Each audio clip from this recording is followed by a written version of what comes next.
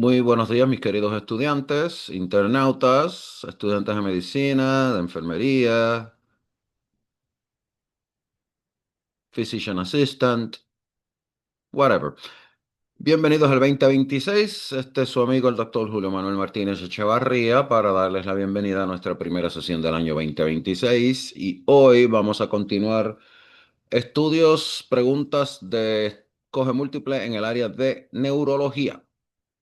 Ya habíamos puesto casos de neurología anteriormente, básicamente estamos emparejando ahora neurología con dos sesiones de preguntas y ya teníamos dos sesiones de casos. El primer caso del día, un hombre de 47 años presenta disartria, debilidad muscular, ah, estos síntomas, la debilidad muscular y la disartria, es progresiva en ambas extremidades superiores, al igual que las inferiores, sin antecedentes de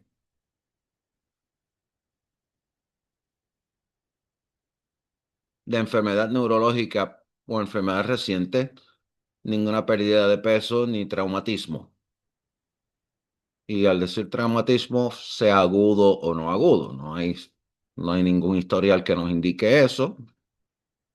La exploración física, el examen físico, destaca por atrofia muscular y debilidad, una debilidad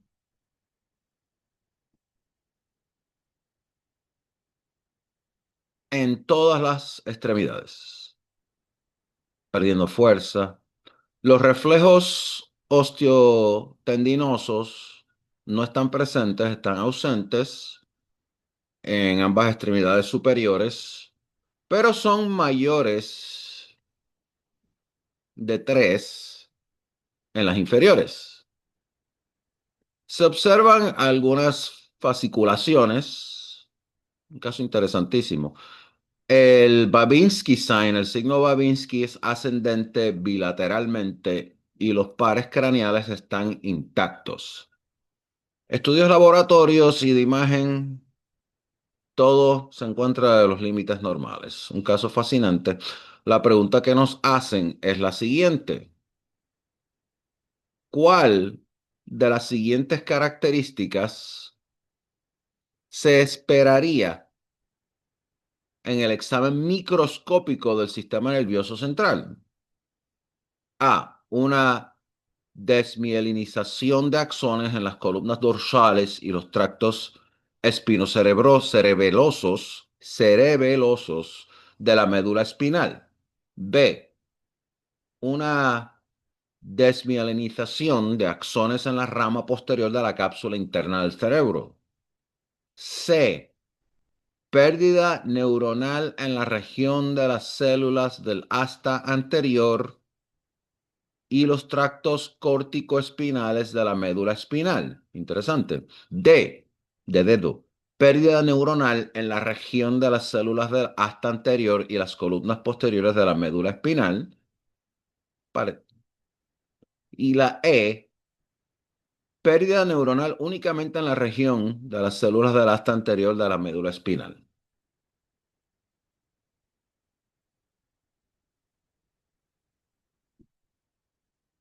Y la alternativa correcta aquí es la C de Carlitos. Este paciente presenta los signos clásicos y signos compatibles con la esclerosis lateral amiotrófica,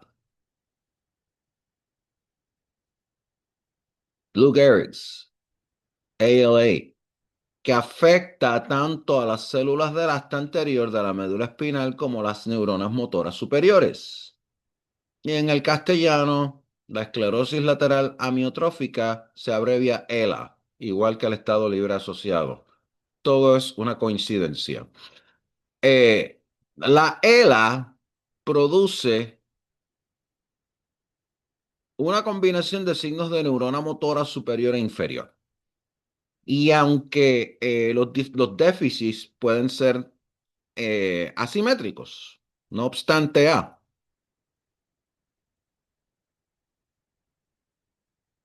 afecta más a los hombres, a los machos, que a las mujeres. Y la incidencia aumenta después de los 40 años. El Riluzol o el Rilutec era el único, al momento en que se hizo esta pregunta, era el tratamiento aprobado por la FDA, pero hay un par de tratamientos nuevos para este trastorno y prolonga la vida solo de 3 a 6 meses. Se cree que funciona reduciendo la liberación presináptica del glutamato. Ah,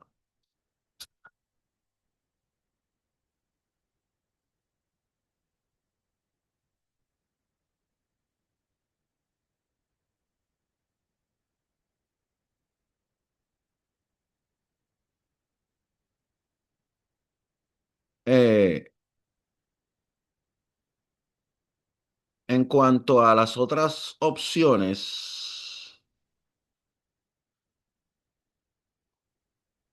las vamos a discutir ahora, pero me entró un mensaje aquí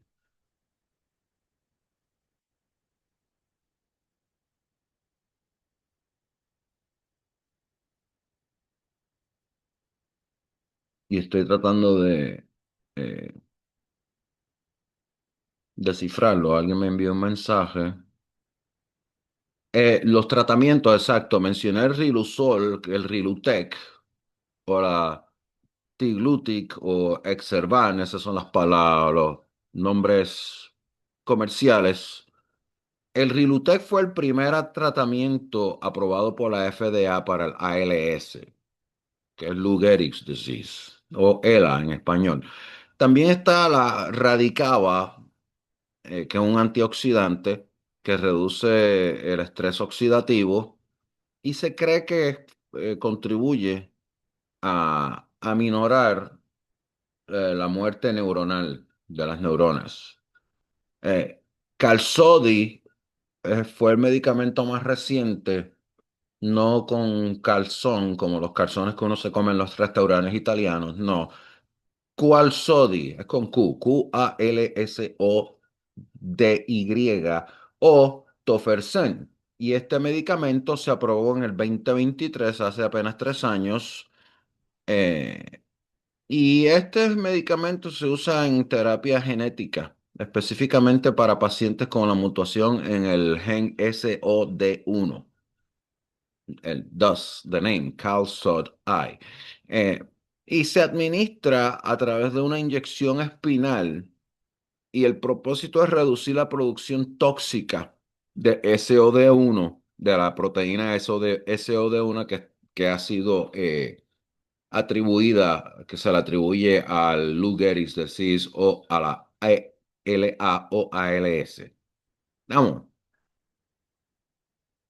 la respuesta A es incorrecta. Vamos a las desmielinizaciones.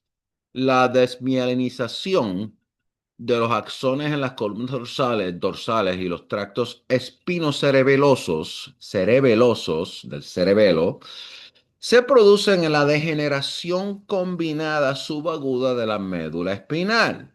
También esto se conoce como una neuropatía por vitamina B12, B de bueno.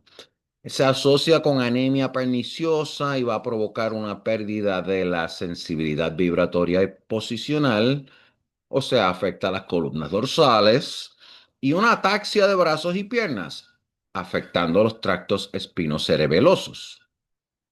La respuesta B, la desmielinización de los axones en la rama posterior de la cápsula interna, causaría una parálisis espástica contralateral secundaria a la interrupción de las fibras descendentes ¿de qué? Del tracto corticoespinal y que va a produce signos de neurona motora superior. Superior Motor Neuron Syndrome. La respuesta D de dedo es incorrecta. La pérdida neuronal en la región de las células del asta anterior y las columnas posteriores de la médula espinal. Esto es típico de la enfermedad de Charcot-Marie-Tooth, también conocida como atrofia muscular peronea. ¿Qué provoca esto? Una pérdida de la propiocepción consciente, o sea, las columnas posteriores, y signos de neuronas motoras inferiores, o sea, las neuronas motoras del asta anterior. Estamos. Y la respuesta E también es incorrecta. La pérdida neuronal en la región de las células del asta anterior de la médula espinal. Eso es típico de la poliomielitis. Polio, una enfermedad viral inflamatoria aguda que afecta a las neuronas motoras inferiores y provoca una parálisis flácida, enfermedad pura de la neurona motora inferior. Y el presidente Franklin Delano Roosevelt sufrió de poliomielitis. Pero ahora, con esta nueva tendencia de que la gente reclama, y voy a decirlo así, al tajo, al que no le guste, pues no le guste, apague el canal y váyase, no tiene por qué venir aquí. Entonces, estamos hablando del punto de vista estrictamente científico. Ahora con toda esta gente que alegan o usan como subterfugio creencias religiosas para no vacunarse, sus hijos son los que van a pagar las consecuencias de esto, los muchachitos. Y como pasó recientemente con el brote de sarampión aquí en Texas, que de hecho falleció un niño o dos, no me acuerdo bien, pero eso es lo que estamos trayendo hoy en día con una mentalidad de retroceso a 100, a ciento y pico de años atrás. O sea, en vez de progresar, sí, mira, estamos mandando cohetes al espacio a cada rato, tenemos internet, podemos comunicarnos por teléfono.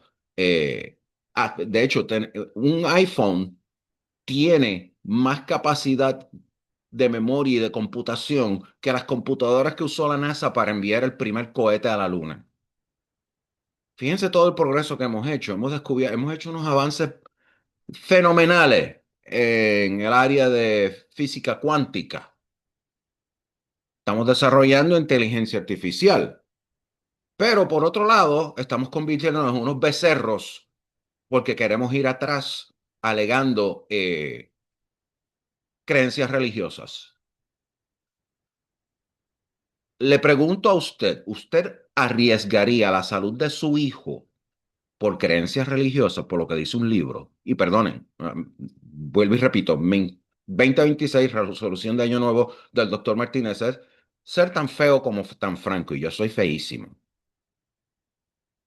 ¿Arriesgarían ustedes la vida de su hijo por lo que dice un libro o por la fe? Yo no lo haría. Yo perdí una hija. Este año se cumplen 5 años. Yo perdí una hija que se quitó la vida. Y es un dolor desgarrador que no se lo deseo ni a mi peor enemigo. Ahora, con eso en mente, usted usaría sus valores religiosos para poner en riesgo la vida de su hijo. Piénselo. Y envíenme un mensaje al respecto. Repito, si a los de ustedes que no les guste el mensaje, no, nadie los está obligando a estar aquí. ¿Ok? Vienen aquí voluntariamente, este servicio es gratuito y por la misma eh, alegación de segunda enmienda, o primera enmienda, el derecho a la creencia religiosa, también hay una que se llama derecho a la expresión. Yo estoy ejerciendo ese derecho ahora mismo para concientizarlos a ustedes. Abran sus mentes, piensen detenidamente. ¿Por qué estamos en este mundo? ¿Por qué tenemos tantos avances en medicina y en ciencia?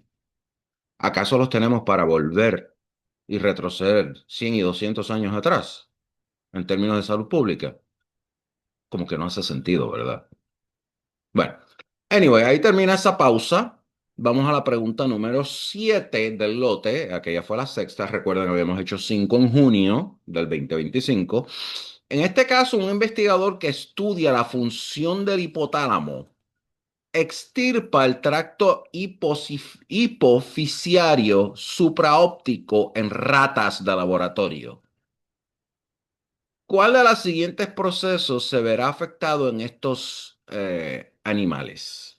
A. Concentración de orina. B. Síntesis de leche. C. Ovulación. D. Retención de sal. O E. Espermatogénesis.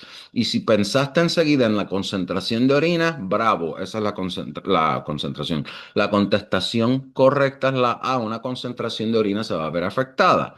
La ADH, vasopresina, y la oxitocina son sintetizadas por las neuronas de los núcleos supraópticos y paraventriculares del hipotálamo, respectivamente. Y estas hormonas se transportan a la hipófisis.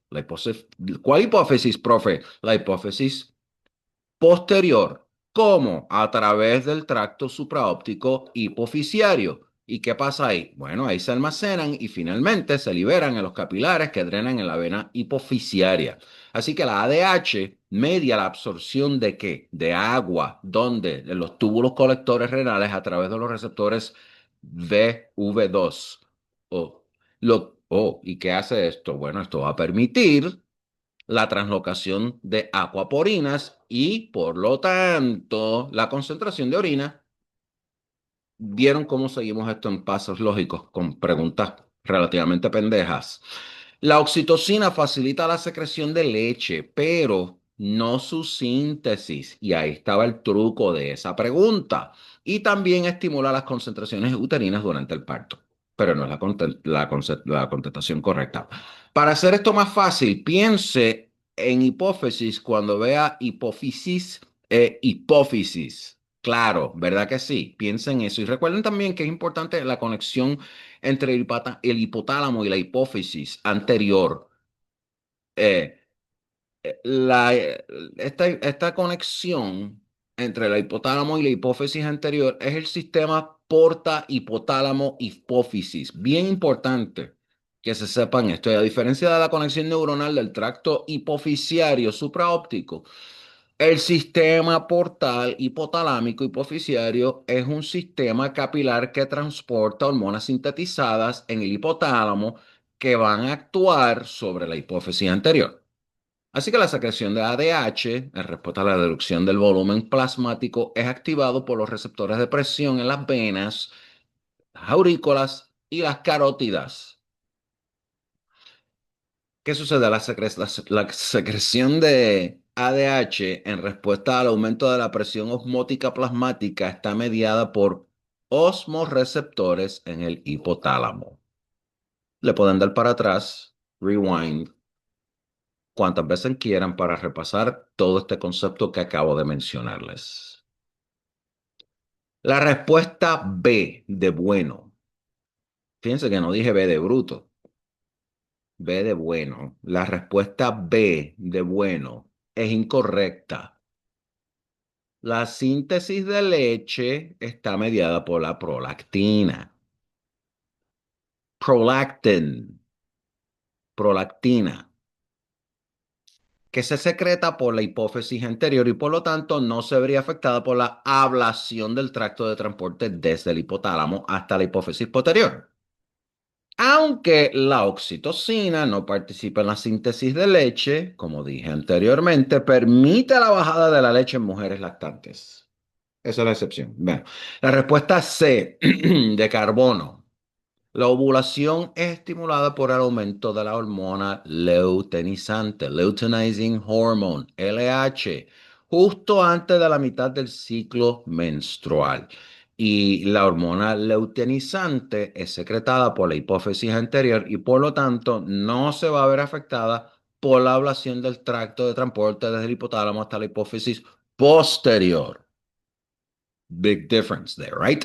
La respuesta D de dedo, de delta, de daga, es incorrecta. La retención de sal es una acción primaria de la aldosterona, aldosterone. ¿Y qué hace esto? Actúa en los túbulos distantes o distales renales para aumentar la reabsorción de ¿qué? De sodio. ¿Y qué más? Cloruro. Así como la secreción de ¿qué? Potasio e hidrógeno. Entonces, la aldosterona se produce a partir del colesterol en una vía de múltiples pasos en respuesta a la estimulación con la ACTH. Y la ACTH es secretada, no secretaria, secretada por la hipófisis anterior y por lo tanto no se va a ver afectada por la ablación del tracto de transporte desde el hipotálamo hasta la hipófisis posterior. Tienen que tomar en cuenta siempre en qué región están trabajando, anterior o posterior. Una vez ustedes saben esa diferencia, la pregunta es como un mango bajito, fácil de agarrar, se cae por sí solo y son riquísimos. La respuesta es, la espermatogénesis es estimulada por hormona folículo estimulante secretada por la hipófisis anterior y por lo tanto no se va a ver afectada por la ablación del tracto de transporte desde el hipotálamo hasta la hipófisis posterior. Estamos, vamos a la pregunta número 8 del complejo de hoy. Sería la tercera pregunta de hoy, la pregunta 8 desde que empezamos en junio. Un paciente sufre una oclusión repentina y casi total de la arteria carótida interna derecha. Esta pregunta es buena. ¿Qué tejido cerebral de la arteria cerebral es probable que se vea más afectado por la isquemia resultante? A. El territorio irrigado por la arteria cerebral anterior. B. El territorio irrigado por la arteria cerebral media. C. El territorio irrigado por la arteria cerebral posterior.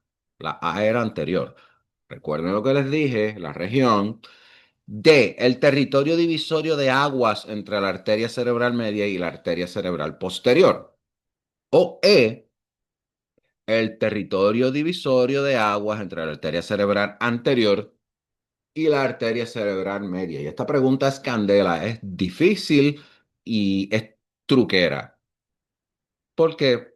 Porque aparte de nos está presentando qué sucede en cada área, en cada arteria de cada región cerebral, anterior, medial o posterior.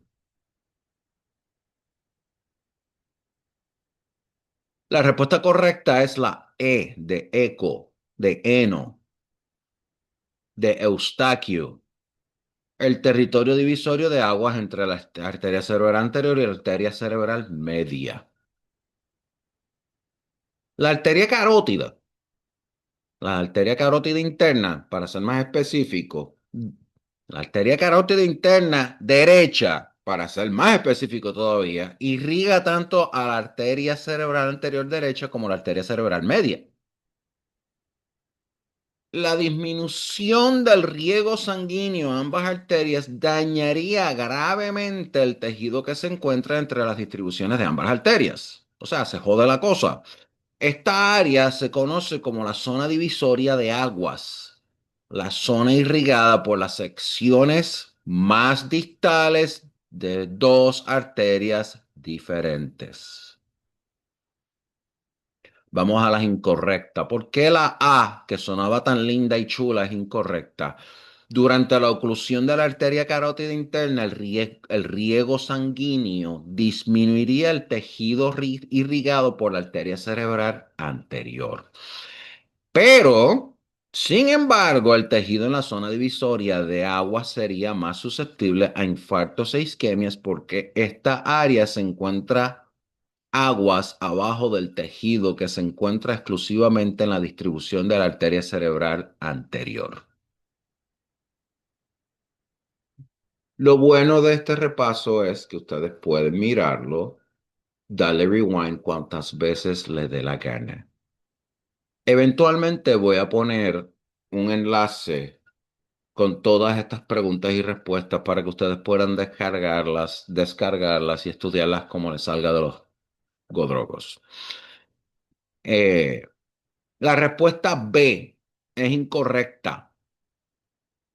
Durante la oclusión de la arteria carótida interna, el riego sanguíneo disminuiría el tejido irrigado por la arteria cerebral media. Sin embargo, el tejido en la zona divisoria de agua sería más susceptible a al infarto y a la isquemia. ¿Por qué? Porque esta área se encuentra en aguas abajo del tejido que se encuentra exclusivamente en en la distribución de la arteria cerebral media.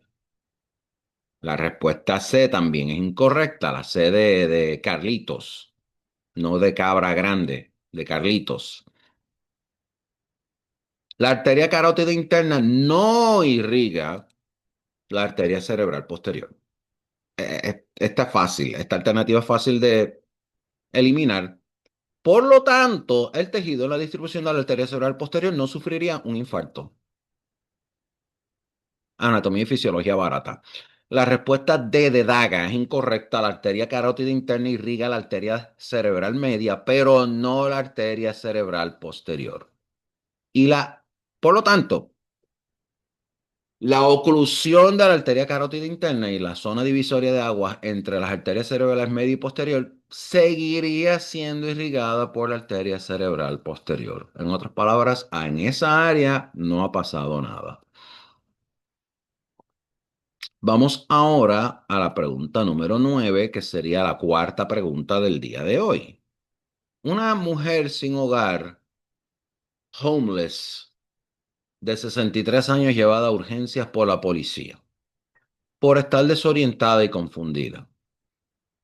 Al ser interrogada, y esto pasa todos los días en este país, la paciente olvida con frecuencia lo que se le ha preguntado y proporciona detalles aparentemente plausibles de los hechos ocurridos antes de su llegada al hospital, pero sus relatos son totalmente incoherentes con el informe policial. El policía dice, esto no fue lo que pasó.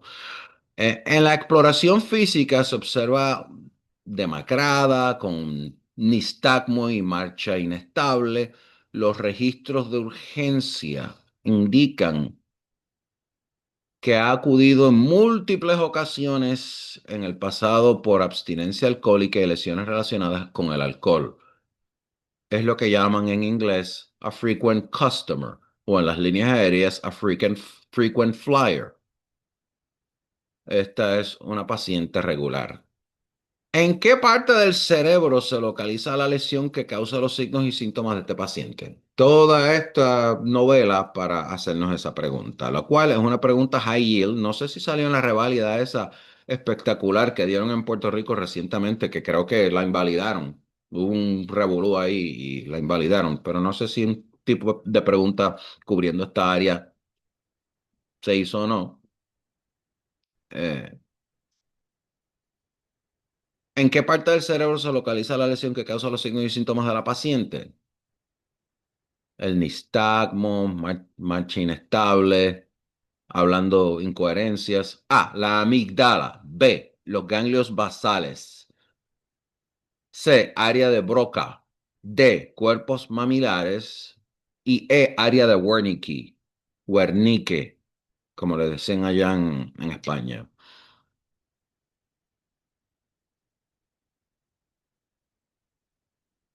La respuesta correcta es la D de dedo. Cuerpos mamilares. Mammillary bodies. ¿Se acuerdan de eso?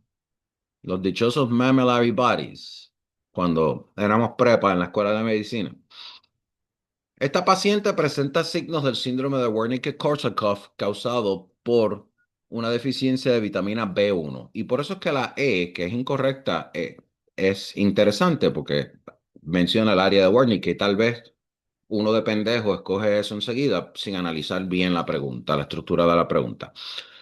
Eh, el paciente presenta signos del síndrome de Wernicke-Korsakoff. Por lo tanto, los alcohólicos crónicos desnutridos son particularmente propensos a esta enfermedad. Tienen una deficiencia descomunal de vitamina B1, entre otras cosas. El pirofosfato de tiamina actúa como un cofactor de varias enzimas necesarias en las vías metabólicas claves de la glucosa. Y aquí vamos a combinar bioquímica.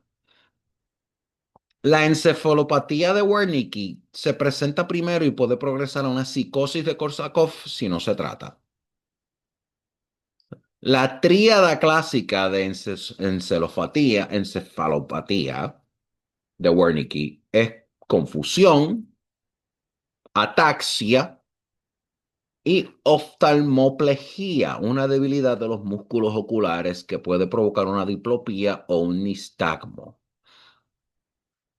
Mientras que la encefalopatía de Wernicke puede ser reversible si se trata a tiempo, la psicosis de Korsakoff es una afección irreversible, se jodió uno, que se caracteriza por amnesia anterrógrada o anterógrada, confabulaciones y cambios de personalidad. La amnesia anterógrada es la incapacidad de crear nuevos recuerdos. Me acuerdo de lo de antes, pero de ahí a preguntarme algo nuevo, algo que pasó hace 5 minutos, it's not gonna happen. Y la confabulación es el acto de llenar los vacíos en la memoria con invenciones que se creen verdades. En mi barrio, en Puerto Rico, le decían hablar mierda a eso. La lesión en el síndrome de Wernicke-Korsakoff se localiza en los cuerpos mamilares. Ahí termina la discusión de la contestación correcta. Vamos a cubrir ahora las opciones incorrectas. La respuesta A es incorrecta. Las lesiones bilaterales de la amígdala, y yo no digo amígdala porque yo pienso en las amígdalas, las que están aquí en la garganta. Eso me refiero a la del cerebro, como las amígdalas, causan el síndrome de Kluver-Bucy. KLUV de Víctor, rayita B de bueno, UCY. Y esto se caracteriza por una hiperoralidad, hipersexualidad y desinhibición. La hiperoralidad significa introducir objetos inapropiados en la boca. Ahí lo dejo. B. La respuesta B es incorrecta. Las lesiones en los ganglios basales se asocian con los trastornos de movimiento como la enfermedad de Parkinson. La respuesta C, el área del Broca. Esta se caracteriza, de mentira, se localiza en la circunvolución frontal anterior. Y los pacientes con lesiones en esta zona van a presentar afasia motora no fluida expresiva. ¿Y qué quiere decir esto, Doc? Esto significa que aunque pueden comprender lo que dicen los demás, entiendo perfectamente, tienen dificultad para producir una habla coherente, no computable. La respuesta E es incorrecta. El área de Wernicke, y esta es la que yo mencioné, que uno de pendejo, uno viene y la escoge enseguida, para salir de la pregunta, un error común. Se encuentra en la circunvolución temporal superior. Pacientes con lesiones en esta zona presentan una afasia sensorial fluida receptiva. ¿Qué quiere decir eso? Eso significa que pueden hablar con fluidez, como estoy haciéndolo yo ahora mismo, pero no comprenden un carajo lo que dicen los demás, ni lo que ellos mismos dicen. Yo hablo, pero no entiendo qué carajo estoy hablando. Y vamos a la última pregunta del lote, la quinta pregunta o la décima pregunta desde que empezamos este mambo en junio, en neurología. Y perdonen las expresiones, hablando malo, qué sé yo. Esto es informal, estamos relajando aquí, estamos aprendiendo a la vez que vacilamos. Y de vez en cuando un rant como el que tuve hace unos minutos atrás. Una mujer de 89 años es llevada a la clínica tras sufrir varias caídas leves recientes, pero en una persona de 89 años cualquier caída es significativa. Varias caídas leves, ese es un paréntesis que hice, recientes, tiene episodios de confusión. Una resonancia magnética cerebral revela una masa localizada en la convexidad del hemisferio izquierdo. La paciente rechaza el tratamiento y fallece unos meses después. Estiró la pata. Si encontramos, hacemos una biopsia durante autopsia obtenida de esa lesión cerebral del paciente, ¿de qué tipo de células se originaría típicamente el tumor que es, vamos a decir que es un tumor que se observa? A, células aracnoides; B, astrocitosis o astrocitos, perdóname; melanocitos sería la C; D, neuronas, D de daga; y E, oligodendrocitos. ¿De qué tipo de células se originaría típicamente un tumor que se observa de la biopsia que obtuviste de la lesión cerebral que se le encontró en un MRI al paciente que estaba localizada en la convexidad del hemisferio izquierdo? A, células aracnoides; B, astrocitos; C, melanocitos; D, neuronas; E, oligodendrocitos. Y la respuesta correcta aquí es la A, células aracnoides. ¿Y por qué, Doc? Te explico ahora. La respuesta correcta a las células aracnoides, la lámina de autopsia, si la pudiéramos ver, muestra cuerpos de samoma bodies, que son depósitos minerales laminados formados mediante la calcificación de grupos de células en espiral que se encuentran dentro del tumor. Viven ahí. That's a zip code. Los cuerpos de Samama o Samama bodies se asocian con varias neoplasias. Y voy a mencionar algunas, como el meningioma, adenocarcinoma papilar de tiroides, cistadenocarcinoma papilar seroso del ovario y mesotelioma. Así es que de aquí sacamos un mnemónico bien interesante: Samoma, P-S-A-M-M-O-M-A,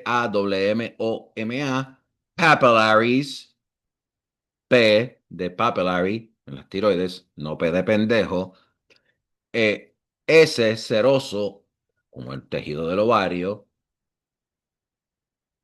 la A no sé para qué carajo está ahí, meningioma, una de las M, y mesotelioma es la otra M.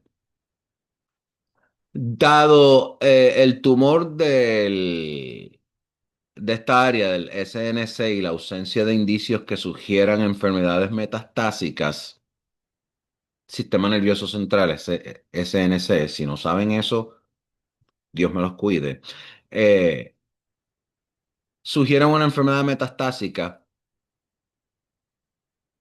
El meningioma es el causante más probable en este caso. Vamos a jugar a Quincy, una serie muy buena que dieron en los 70 y 80 sobre este individuo que era médico forense. Eh, los meningiomas son el segundo tipo más común del tumor cerebral primario. Eh, Se van a presentar con frecuencia en las convexidades de los hemisferios cerebrales, como en el caso de nuestra paciente fue en la convexidad del hemisferio cerebral izquierdo, y en las regiones parasagitales. Y estos meningiomas surgen de células aracnoideas externas al cerebro. Tienen que referirse a imágenes de laboratorio para que aprendan cómo se ven los cuerpos de Samoma y con qué tumores se asocian. La respuesta B es incorrecta. Astrocytes, los astrocitos. Esto da lugar a diversos tumores, en particular gliomas. Ninguno de los tipos de tumores derivados del astrocito contienen calcificaciones distróficas como los cuerpos de Samoma, no tienen Samoma bodies. Esto es por regla de eliminación, esa es incorrecta. La C, los melanocitos dan lugar a melanomas. Hace sentido, ¿verdad? Que no presentan cuerpo de Samoma either. Al igual que las neuronas que dan lugar a los neuromas que no se calcifican para formar cuerpo de Samoma. Esto es que las neuronas no se calcifican. Y la respuesta E es incorrecta también. Oligodendrocytes. Los oligodendrocitos dan lugar a oligodendrogliomas que tienden a aparecer en los hemisferios cerebrales de personas de mediana edad Y la histología va a mostrar núcleos grandes y redondos con un halo, un halo claro de células citoplasmáticas, perdón. ¿Y qué son células citoplasmáticas? Son células de forma de huevo frito. Mañana por la mañana, cuando se desayune el huevo frito, ahí pueden repasar un poco este tema. Piensen en células citoplasmáticas. Los oligodendrogliomas no contienen cuerpos de esa mama tampoco. Por eliminación sería una respuesta incorrecta. Ahora vamos a terminar aquí hoy nuestra charla y voy a mirar en mi calendario cuál es el tema próximo. El tema próximo, porque yo creo que ya para la semana que viene podemos empezar a grabar sesiones de tanto de casos como de preguntas. Ya emparejamos todos los temas. Hoy, 9 de enero del 2026, emparejamos todos los temas que empezamos en verano, en a finales de la primavera y el verano del 2025. La semana que viene vamos a hacer, ambas sesiones van a ser de psiquiatría. Psiquiatría. Después de eso va a ser renal, después va a ser reproductivo, después va a ser respiratorio y después empezamos desde las ciencias básicas otra vez. Ok, la semana que viene vamos a hacer psiquiatría, casos y cosas de psiquiatría, vamos a hacer preguntas de opción múltiples en psiquiatría. Con todo esto, los dejo para que disfruten de su fin de semana, de esta semana.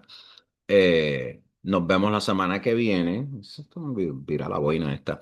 Eh, Donde vamos a tener dos sesiones nuevamente. Muchas gracias nuevamente. Les agradezco su presencia. Si les gusta lo que vieron, denle like, suscríbanse. Si no, pues, the door is open. La puerta está abierta. Pueden regresar cuando quieran. I don't hold grudges against anybody. Eh, Así que, chao, chao a todos. Nos vemos la semana que viene.